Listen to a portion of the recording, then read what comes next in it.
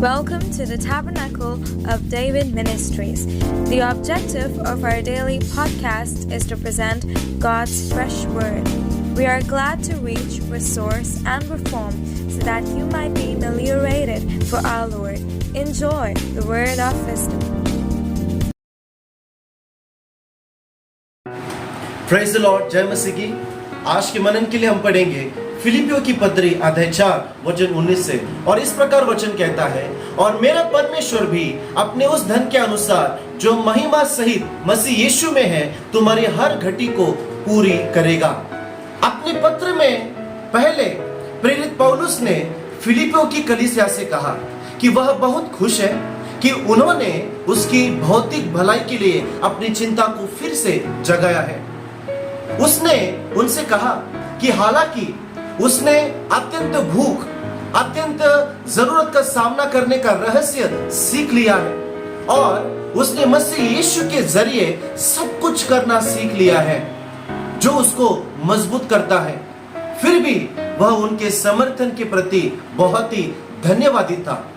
पौलुस इस बात के लिए आभारी था कि उसका समर्थन करके कलीसिया ने जो उसके साथ साझा किया था और उसके मिशन क्षेत्र में उसकी सभी परेशानियों में यह कलीसिया उसके साथ संगति करती थी।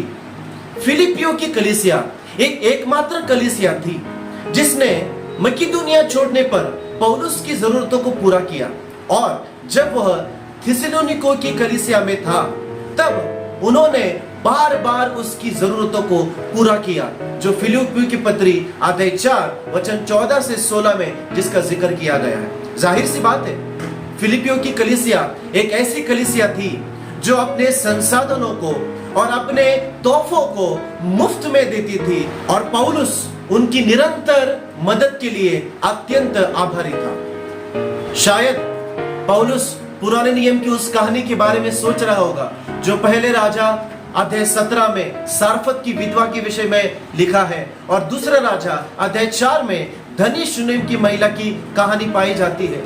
दोनों ने ही उस समय के भविष्यवक्ताओं का समर्थन किया और ऐसा करने से उनको लाभ प्राप्त हुआ। पौलुस को अपनी जरूरतों की उतनी चिंता नहीं थी जितनी फिलिपियों की कलीसियों को मिलने वाले लाभ और आशीषों की थी। आज की हमारे इस वचन के संदर्भ में पौलुस फिलिपियों की कलीसिया से यह कह रहा है कि परमेश्वर उनकी जरूरत को पूरी करेगा, क्योंकि उन्होंने उसका सुसमाचार प्रचार करने में उसके साथ भागीदारी की और उसका समर्थन किया। पौलुस को बार बार निरंतर रूप से मदद करी।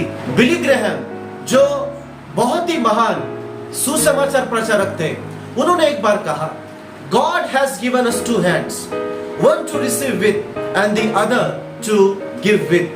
प्रभु ने हमें दो हाथ दिए हैं, एक लेने के लिए और दूसरा देने के लिए।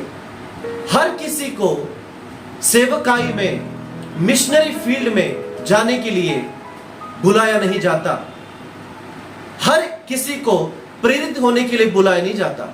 हर किसी को शिक्षक या पासवान होने के लिए बुलाया नहीं जाता, लेकिन हर कोई विश्वासी उनके साथ भागीदारी कर सकते हैं, उनके साथ सेवकाई में जुड़ सकते हैं, जो उनकी सेवकाई में उनका समर्थन करते हैं, आर्थिक रूप से, नैतिक रूप से और भौतिक रूप से उनकी जरूरतों को पूरी करने के द्वारा।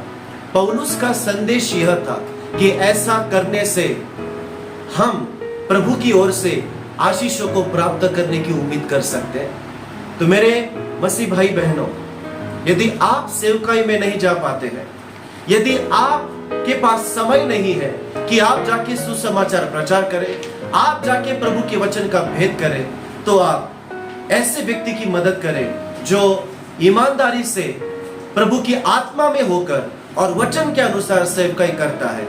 क्योंकि फिलिपियों की कलीसियाओं ने और विविध प्रकार के लोगों ने पौलुस को इसी प्रकार मदद करी, और पौलुस ने कहा कि मसीह यीशु में तुम्हारी हर एक जरूरत को परमेश्वर पूरी करेगा। यही वचन आपके जीवन में भी लागू होता है जबकि आप प्रभु के दासों का समर्थन उनकी सेवका में करते हैं।